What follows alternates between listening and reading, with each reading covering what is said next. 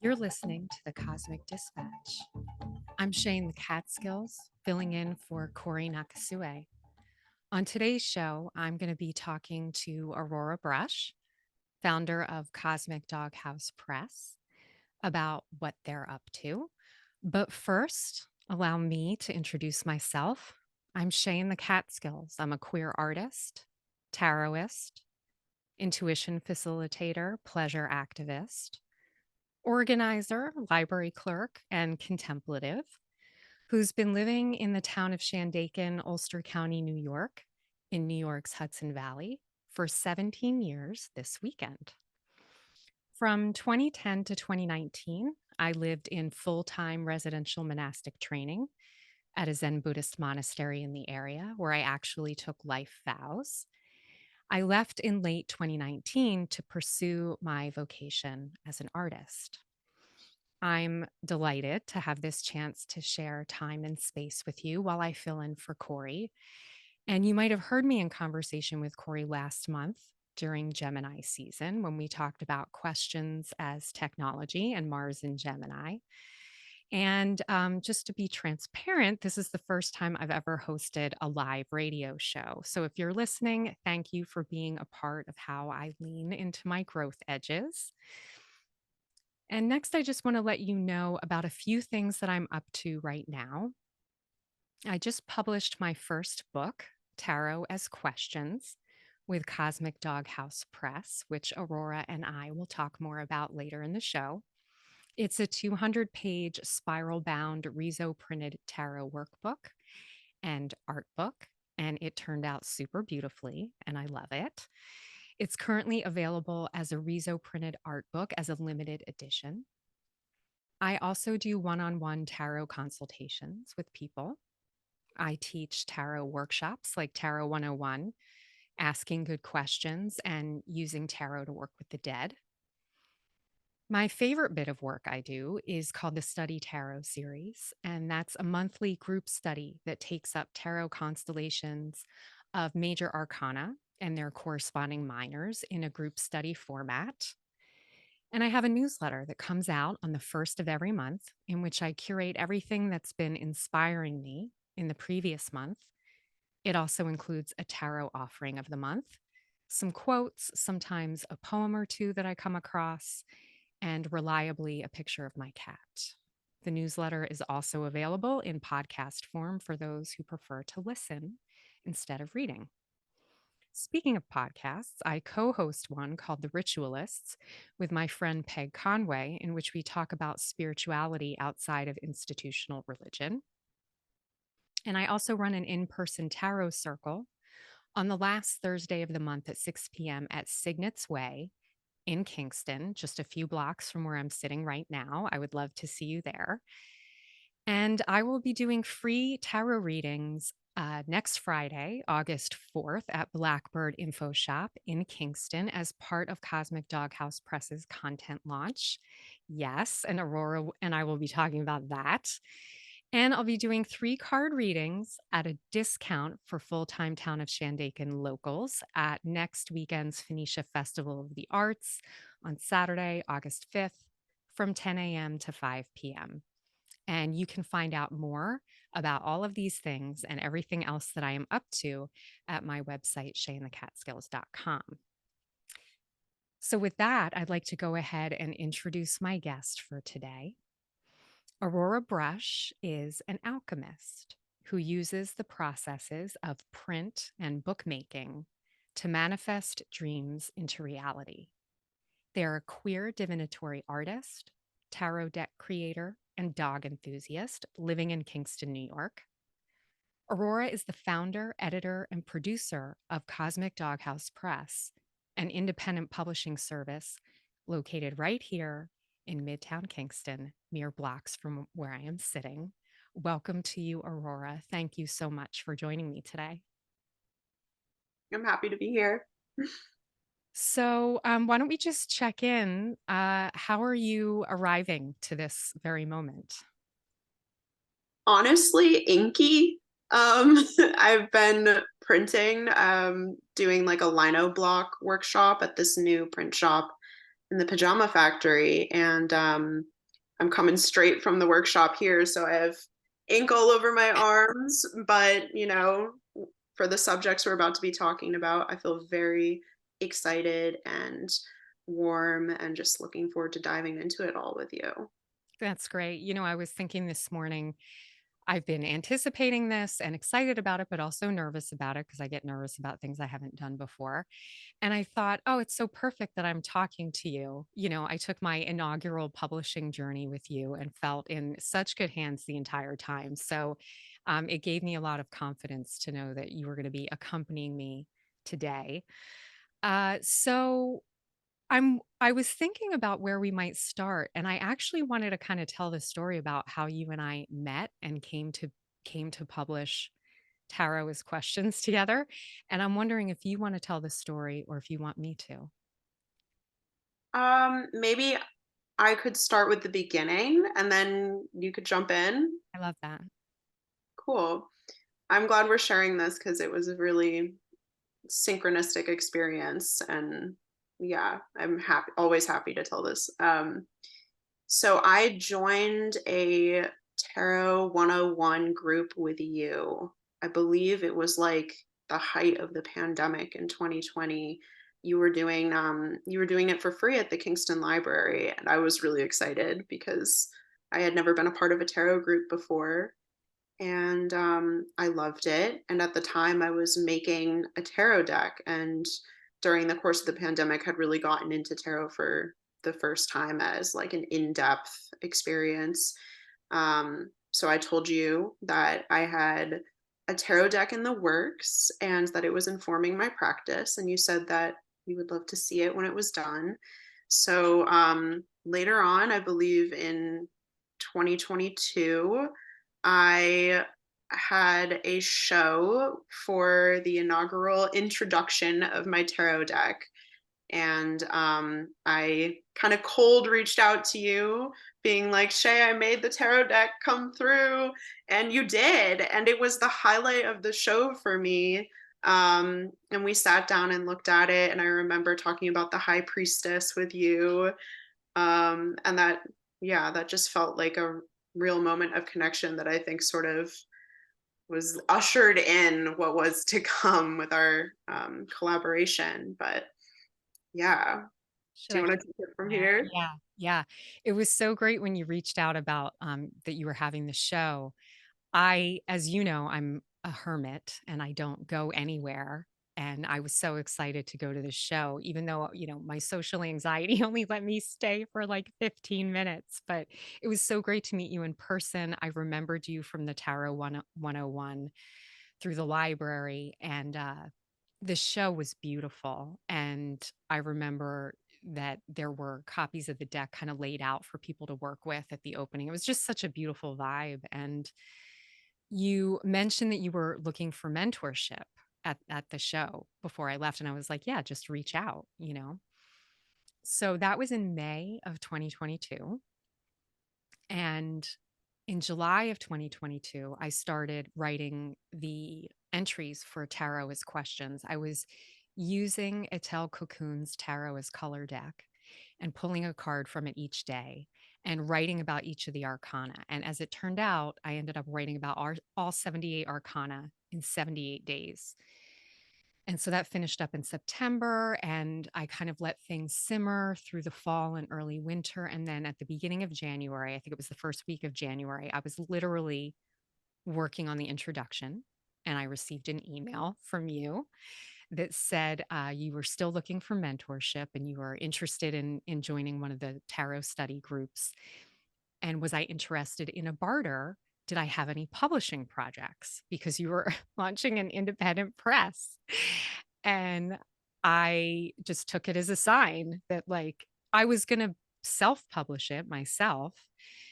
Uh, and then it just felt so synchronistic in a way that I couldn't ignore. And we met a few weeks later for the first time to talk about the book.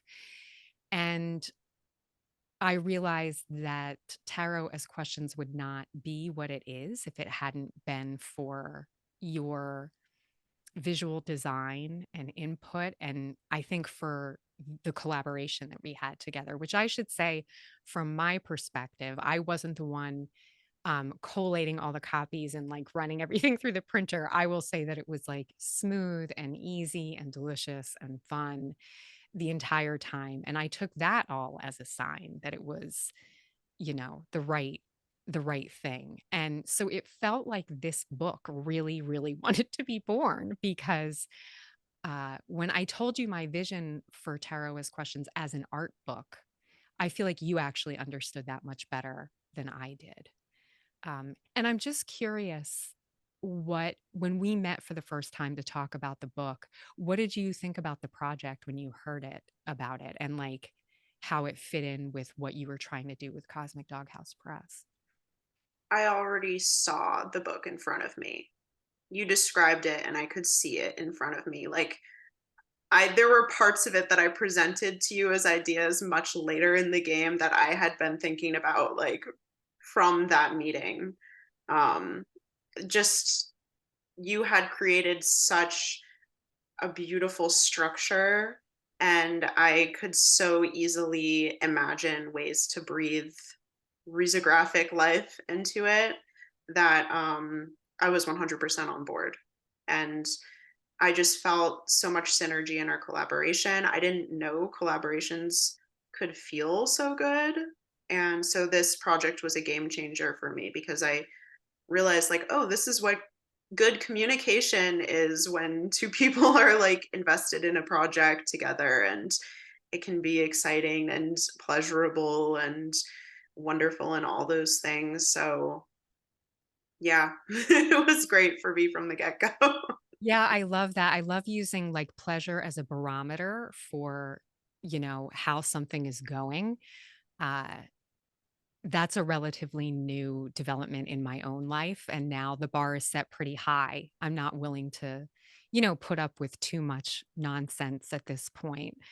And I should say, just in terms of the communication, there were a couple of key moments in our collaboration. One was when you sort of, I had kind of put everything in your lap and, you took a lot of it on and you were like, but this one thing, I don't want to do that. And that was a moment where I was like, okay, we're good. It's like she's not just going to say yes to things. And I can trust that when you do say yes, you mean it because you're able to say no. And so that felt important. And the other part was there were moments where looking back, I can be like, I was really fixated on something that would have ultimately been a bad idea. And I just appreciated your making space for that and letting me kind of change my own mind.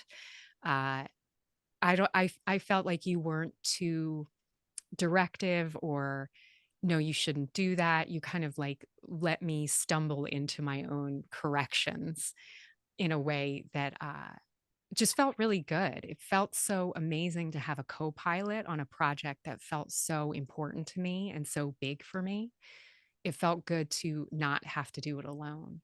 So I want to really lift you up for that and just appreciate you for that. And I'm wondering, Aurora, is it okay if I read a bit about the press, why Cosmic Doghouse and what we do, those parts about? Is that okay? Absolutely, yeah. Okay. So why Cosmic Doghouse? The cosmos contains infinite possibilities, and within this intangible and unfathomable space is dog, also known to us as companionship. Cosmic Doghouse orbits around companionship as the vital organ of creation and believes that love and joy are transmutable through paper. We believe that any piece of functioning printing equipment can mean boundless opportunities. The house is merely the ever changing container in which all of our values are held. It is where we gather, whether in person, online, or in books and zines. Here we come together as unique individuals who may be here for similar reasons, but who have varied backgrounds, experiences, and perspectives. Within the Cosmic Doghouse, we meet at the intersection of each other to discuss our dreams and imagine what could be so that together we can materialize what might otherwise have been impossible.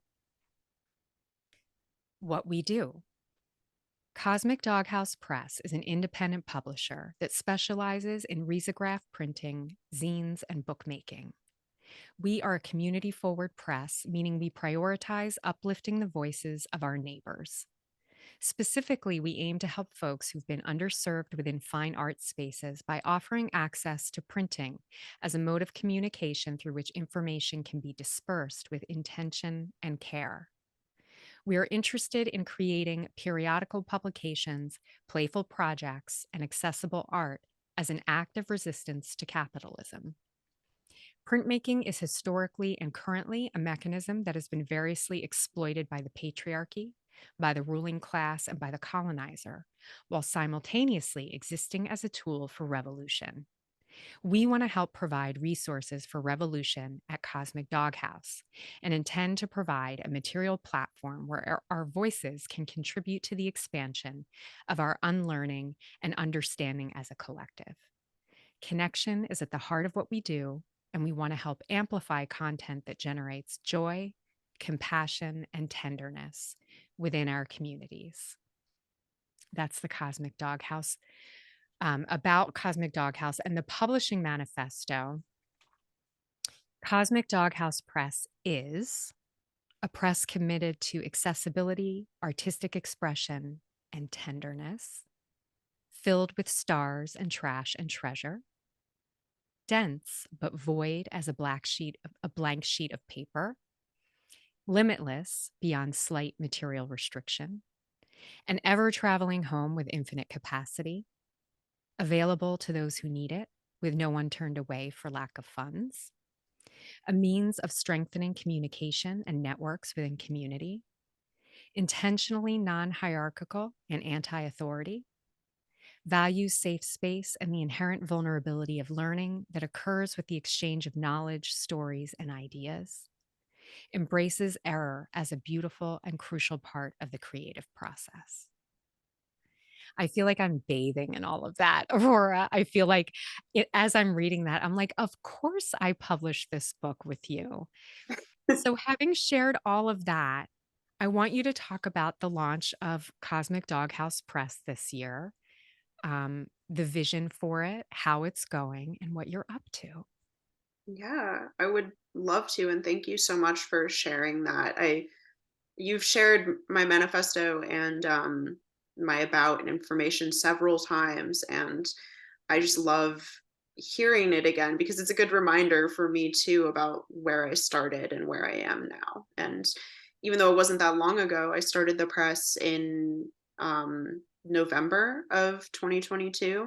It so much has rapidly changed. And even the creation of the press itself came out of rapid change. I had been working at several different organizations in the area doing print technician jobs and assisting artists, making books, and those kind of things. And I learned a lot. I learned a lot of what I liked, what I wanted to do, and also what I didn't want. Um, and I had this sort of dream I'd been fumbling around that I maybe someday somehow would own a press and I'd start collecting pieces of equipment and maybe it would happen someday. And then I just so happened to work an odd job where they were like going under, the business was closing and they had a risograph printer that they had gotten used and it had barely been used. So I purchased the piece of equipment, which for me at the time was quite an investment. And the press just started from there. It was pretty seamless because the beautiful thing about risograph printing is you have a little print shop in a box that you can take with you. Riso is really special for that. It can print immense quantities for a fairly inexpensive rate, and the like technical knowledge of it is really accessible and easy to learn. There's a lot of community around riso printing, so I've become very good friends with my technician, and I'm a technician in the training now. um, but it happened really quickly, and I immediately the ethos of the press, and I should say, like, before I even wanted to start the press, I wanted to start a community zine. Like, that happened before the press even started. I had this idea of having a regular group in Kingston that did periodical zine publications, that was pretty, like, illustrative and weird and fun, and the press really became a way for me to finally start to have autonomy with what I was doing with my life. As soon as I started printing on the riso, it was like I was liberated. It was amazing, because I had been working for other people's visions for so long. It was the first time that I was able to really craft something. And for me, being a young person working in this field, I mean, like everything, it's about access. And unfortunately, a lot of print shops are challenging to access, whether that be for monetary reasons or for location, or skill. And so it was really important to me that this feel rooted in the area that it is, for it to be known by its neighbors, for me to print with people who live here, and for there to be multiple entry points so that there wasn't just one way to work with Cosmic Doghouse, because I think we very much so exist in the nuance and gray area where things aren't exactly definable. So that was very important to me. Um, as far as the name goes, I think it's funny because people say Cosmic Doghouse, and I've heard all kinds of things: Cosmic Dog, Rocket Dog. Like, it's kind of a funny name, but that's why I chose it, because I'm so far from the institution that's going to have that beautiful acronym that's just going to roll off the tongue and look so good on a logo. Like, I want to have a name that invokes play, that invokes whimsy and mystery and goofiness, because I think we have enough of these more formal institutions, and I'm trying to be pretty far from that. Um, I have a dog, so that did influence the cosmic dog part of it very much. She is my muse, and um, I think also that ties into the sort of play and companionship component of the press that I named. And in terms of the cosmos, I mean, that I personally have a fascination and interest in divination practices, specifically in relation to art. So that's sort of part of the angle of it, but also invoking, I think the cosmic house is invoking this, like, sense of transience of the press, that, like, I am not going to be housed in the same area all the time. I'm not going to have the same roof over my head, and the constant is the press itself, not where the press is located. Mm, mm, I love And that.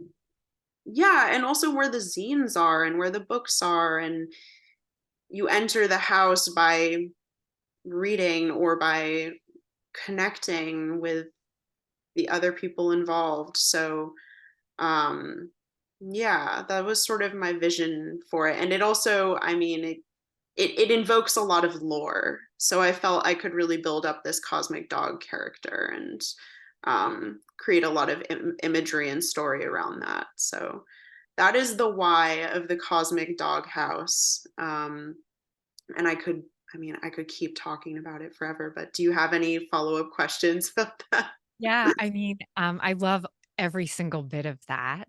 Uh, I mailed a copy of Tarot's questions, as you know, to Australia the other day, and I think about this person. Shout out to my friend Donna. Uh, reading this book and sort of entering the cosmic doghouse from where she is in Australia. that it feels very cosmic. Also, as I was pulling up to the studio this afternoon, there's a banner sign for the laundromat that is like a washing machine, very simple illustration against a blue background, and it's off register on purpose. It's like designed that way. And I thought like Riso has even made it into non-Riso design. So I would love actually, there's a couple things I want to talk about. I want you to talk a little bit more about Riso and what that is. And I also want to talk about this for people who are listening who are able to make it tomorrow evening to Signet's Way for this launch of Riso Soup, for you to talk about how people can actually start to access the Cosmic Doghouse through the zines. So if you want to take those up. Absolutely. Risograph printing, and I completely agree with you. I'm seeing it all the time in design nowadays that things are intentionally misregistered. And I just love the embracing of imperfection in design because I'm a huge fan of asymmetry always. So, um, risograph printing it's a Japanese technique, and the printer was invented in the 80s. It was sort of following after the mimeograph and is essentially a combination of Xerox printing and screen printing. And if you aren't familiar with screen printing, that's the act of t-shirt printing where you're essentially hand printing, or if you have a automatic press, you're printing every layer as a separate color one at a time. So that's the same concept applies to Riso, except in this case it's all condensed into a box, and so you're printing each color separately and overlapping them on top of each other, and you get this really incredible effect from that where the ink Riso ink is incredibly vibrant. You get neons, you can get metallic golds, you just get a color quality that you really can't in other processes unless you're screen printing. Um, and B, like the texture and quality of Riso printing is just uncomparable in my opinion. And so with those two combinations, when you overlap, you get really interesting effects with color. You get changeable outcomes. I mean, this really isn't like a technique you approach with perfectionism, which I say as someone who definitely has some level of perfectionism in me, Mars and Virgo. Um, I like love this process because it forces me to accept error. And that's part of why I wrote it into the mission statement as well, is things are always going to be a little bit off register. They're always going to be a little bit unexpected. You can't exactly predict a perfect outcome. And so I've really come to love that part about it. And it's great for printing editions of anywhere from like 50 to 250. It can print really quickly. Um, and it's just a really, I mean, it's such a playful and accessible way to print. And I think that's what's really drawn me in. And it's funny because I don't even come from a background of using this kind of equipment. I come from a more traditional and maybe medieval kind of printmaking. Where I'm like etching copper with acids and carving away at wood. But when I found the risograph, I was just so enamored by the immediacy. And with that level of immediacy, you lose the preciousness of each print. So it's so much easier to let go and just let things go out into the world. So I think that's the beauty of it. I think there's something super interesting about your Mars in Virgo and your sort of printing education and background combined with this particular technology that is so, I think that it, in other words, I think that it helps that you have a precise mind, because I think it makes what you do with Rezo super interesting.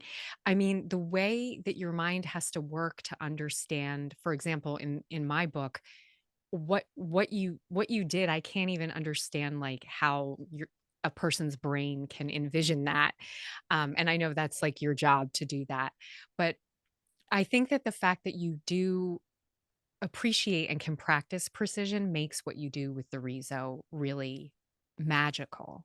And I also it seems to me that you're very much called to this particular technology. Like there's a relationship that you have with it that's so potent and powerful. And what you said about the combination between a Xerox machine and screen printing, it's like something kind of like went off in my mind. It was like, yes, that makes sense to me. I love all of that.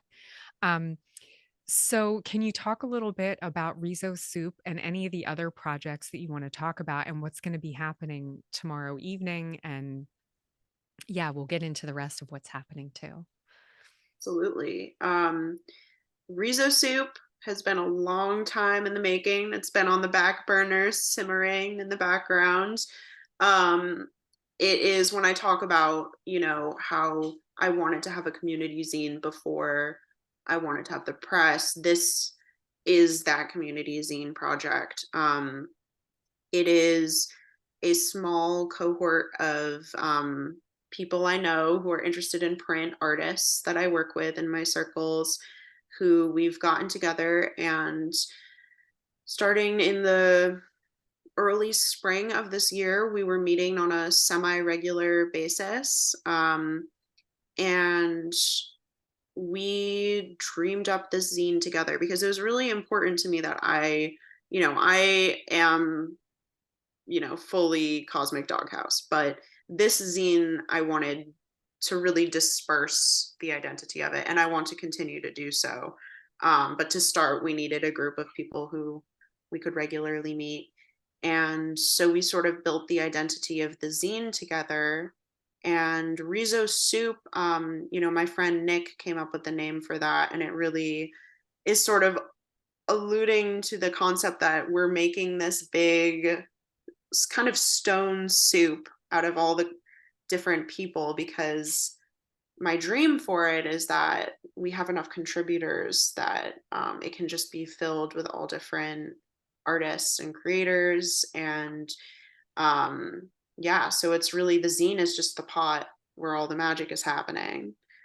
um, and so the idea of it is just that creatives in the general area can submit their work, whether that be illustrations, comics, um, paintings, and you can submit text, but we do ask that there's some sort of infographic or something, just because risograph is really shines with illustration. So it makes more sense to have some sort of, or typography or something for that ink to really get into. um, and then we feature it in the zine, and disperse the zine around Kingston. So the first edition, is being released tomorrow at Signet's Way. We'll be there from 5:30 to 8:30, just hanging out with all the zines. And it's a way for us to really like show our faces, so we're not just hiding behind the pages. So the zines will be available after the event, but it's a good time for people who are interested in contributing to come and talk to us about the process, or if you're just interested in seeing the zine, want to say hi. So I'm really excited to, this has kind of been in the making for a while, and I'm excited for it to be out there, and I'm already excited for the second edition because I'm really hoping we can get some more contributors in this one. Do you have a sense of how frequently it's going to come out? Seasonally. Okay. So roughly for a year is what we're going for. I am the overly ambitious person that was like, we're gonna do one every other month, and then reality sank in, and it's like, with the level of care and the technical um know-how in terms of like setting it all up for printing and whatnot, it just takes a lot of time. So doing it seasonally allows us to invest more time in the outcome. Yeah. I'm really excited to be there tomorrow night. I'm definitely going to stop by at Signet's Way to check it out. I can't wait to see it. It'd be great if you're listening and you're in the area. It would be amazing to see you there. Signet's Way is an incredible place in the community. And it's where I do the tarot circle on the fourth Thursday of the month. So you can come and check out this space. And also, I just want to say, in terms of being ambitious, we first talked about tarot as questions in late January, and you shipped final pre orders in the middle of July. So I just want to say you're ambitious and you also deliver. That was an incredible piece of work that you got done in a very short amount of time. So I love your ambition, and I also really appreciate wanting to take care with the additions of this zine. That makes a lot of sense to me. So, Aurora, before we get to the questions round, I want to make sure we leave some time to talk about the event that's happening on Friday, August 4th at Blackbird Infoshop. Could you tell us about that? Absolutely. So, um, this coming or like I guess next Friday, the 4th, we're going to be having a cosmic content launch at Blackbird, which it's really beautiful because we had our first event when we first started the press at Blackbird Info Shop, and it was also the first event that Blackbird had. So it was a really nice start to the press, and so we'll be doing another launch there, and it's really a way to show everybody what we've been working on so far this year. I've done already like I think 5 or 6 books since we opened and several prints and so I really want to share the zine projects. Tarot as questions will be there, and you'll be there giving free tarot readings, which I think is just such an exciting and wonderful pairing. There's a new zine by the Wasalin Collective that is a zine by farm hands that is people who work on the land or in farms in the area who've written poetry and a few art pieces, and there will be poetry readings from that. There will be several other zines that we've worked on. I will have a few editions of Cory's book there because I would be remiss to not mention that the first book I ever published was The Cosmic Event of the Body by Cory. And I believe that was also the first book that she had published as well. So I'll have a few editions of that out and some prints. I'll have some more lore about the press will be taking form as well. We'll have an updated version of the manifesto in zine form. So lots of goodies, lots of new things to come check out. Most of it made by people that live in this general area. Um, and we'll be working on a group mural as well. There's going to be a mural in the back that I'm laying the foundation for tonight, actually. It's a big outer space themed mural. So we'll have paint out and people can sort of add their own planets and stars and galaxies and whatnot to that.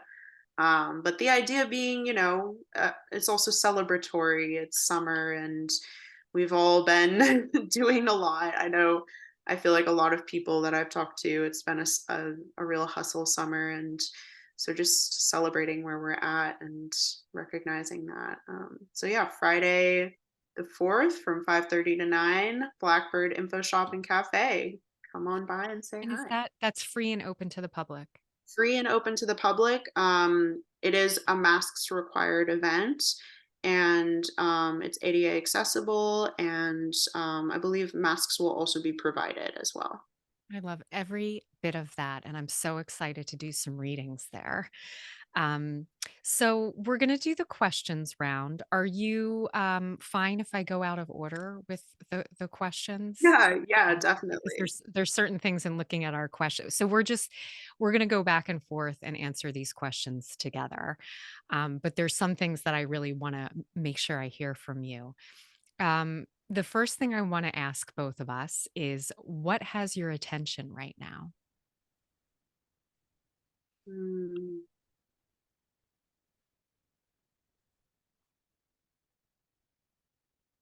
I think I just have had this urge to be with people in gentle spaces, Mm. in spaces where there isn't a motive beyond checking in and are we okay? How's everyone doing? I've found myself the tarot circle, for example, that you've been holding is a perfect example of that, where it feels like a really neutral space, where we can sort of just absorb each other's energy and come with our own, some I've really had the attention and intention of putting myself out there more, and because I have some hermit inclinations too, and yeah, being vulnerable and being in gentle and caring spaces with people. Oh my gosh, I love that. I feel like now that has my attention. Yeah, you know, I lived in the monastery for so long with other people, and then I came out and it was lockdown, and I got very used to not being around other people. And I have to say that the tarot circle has been a really nice kind of reintegration, uh, being with people who are sensitive and vulnerable and curious and all of that. Yeah, feels super delicious. Um, what has my attention right now? I'm back in Phoenicia, living next to the Stony Clove Creek. And so that creek is like a lover to me. And so it has my full attention all the time. I didn't move that far away from it while I was gone, but it's not the same as being able to walk out the front door and just jump in it and literally be embraced by it. So I feel like we're getting reacquainted with each other. And so the creek has my attention right now. What's inspiring you right now? Mm,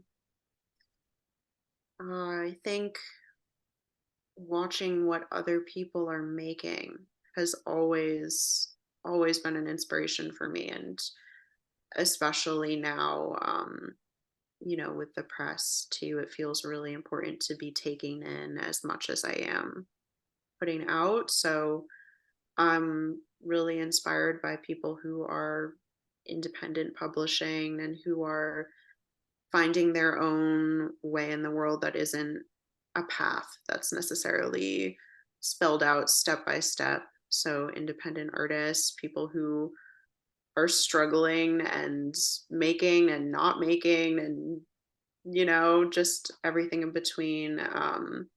I'm very inspired by Gender Fail. I know we've talked about Gender Fail a bit. They're a publisher based in New York City that they just do incredible publications. You should check them out. Very informed by the queer trans experience, and just they have a book that I would highly recommend. That's Profit for Survival, a manifesto that talks about the struggle of being an artist and having to make money and also being anti-capitalist. And so I have been drawing a lot of inspiration from that recently.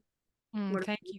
Yeah, thank you for that. I heard about gender fail from you when we were making tarot as questions, and used some of the typefaces for some of the section headers. And um, yeah, I really appreciate being exposed to new artists and new things through my many artist friends like you.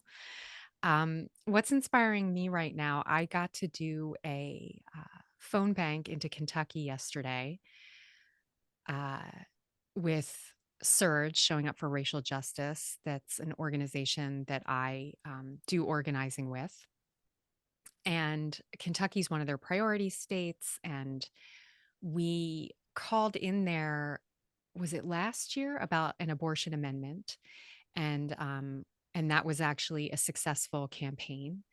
And so we're calling right now to talk to people about the governor's race that's happening in November.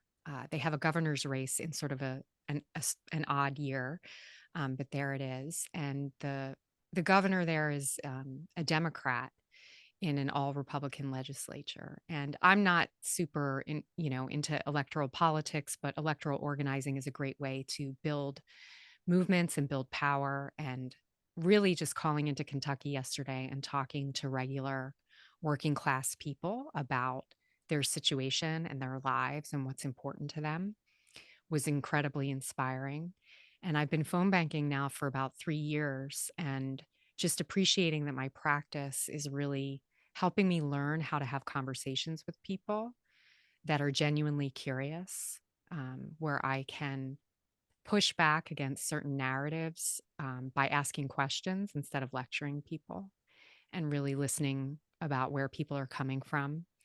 And it's just been a really powerful part of what I consider my spiritual practice is to develop relational agility and skill and genuine curiosity. So I'm really inspired by the training I've received from Surge and just the support and encouragement to be in a practice of doing that.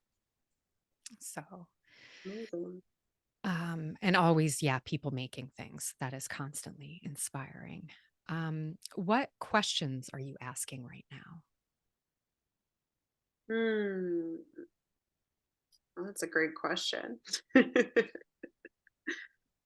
um, I think more and more so I'm asking people where they're coming from.